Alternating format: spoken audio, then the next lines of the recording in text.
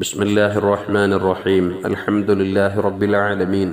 അല്ലാഹുമ്മ സ്വല്ലി അലാ മുഹമ്മദിൻ വഅലാ ആലി മുഹമ്മദ്.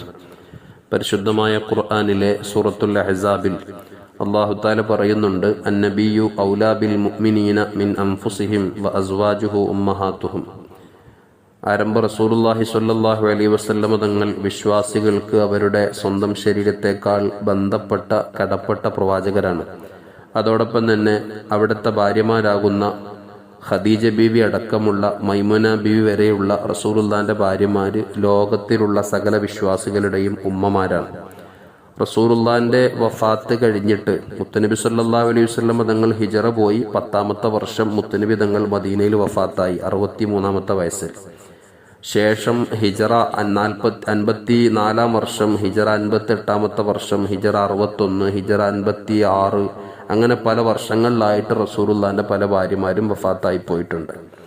ഹിജറയുടെ മുമ്പ് വഫാത്തായത് മഹദിയായ ഖദീജ ബീവി മാത്രമാണ്. അവരാണ് മക്കത്തുള്ളത്.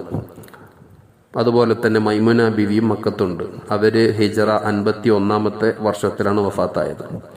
ഏതായിരുന്നാലും പറഞ്ഞു വന്നത്, ഈ പറയപ്പെട്ട ഭാര്യമാരൊക്കെ നബി സല്ലല്ലാഹു അലൈഹി വസല്ലമ തങ്ങളുടെ വഫാത്തിന്റെ ശേഷം ഇത്രയും കാലം ജീവിച്ചിരുന്നിട്ടും മറ്റൊരു ഭർത്താക്കന്മാരിലേക്ക് അവരുടെ ജീവിതം മാറിയിട്ടില്ല. മറ്റൊരു റസൂലുള്ള അല്ലാത്ത മറ്റൊരു ഭർത്താവിലേക്ക് മുത്തനബിയുടെ കാലശേഷം അവർ ഭാര്യ പദവിയിലേക്ക് എത്തിയിട്ടില്ല. അതിന് പ്രധാനപ്പെട്ട കാരണം, ഒന്ന്, നബി സല്ലല്ലാഹു അലൈഹി വസല്ലമ തങ്ങൾ ലോകത്തിന്റെ മുഴുവനും നേതാവാണ്. ആ നേതാവ് എന്ന മർത്തബയിൽ നിന്നുകൊണ്ട് ഈ പറയപ്പെട്ട ഭാര്യമാരെ മുഴുവനും റസൂലുള്ള പരിഗണിച്ചതുപോലെ വേറെ ഒരാൾക്കും അവരെ പരിഗണിക്കാൻ സാധിക്കുകയില്ല.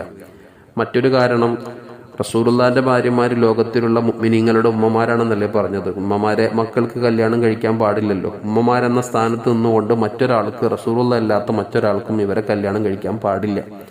ഇങ്ങനെ വ്യത്യസ്തമായ കാരണങ്ങൾ പറയുന്നു. ഏതായാലും നമുക്ക് നമ്മുടെ ഉമ്മമാരെ കുറിച്ച് പഠിക്കണം. റസൂലുള്ളാന്റെ ഭാര്യമാര് വിശ്വാസികളുടെ ഉമ്മമാരാണ്. ആദ്യം അവരുടെ പേര് പഠിക്കണം. ഇതിന്റെ കൂടെ റസൂലുള്ളാന്റെ ഭാര്യമാരുടെ പേരും ചേർക്കുന്നു.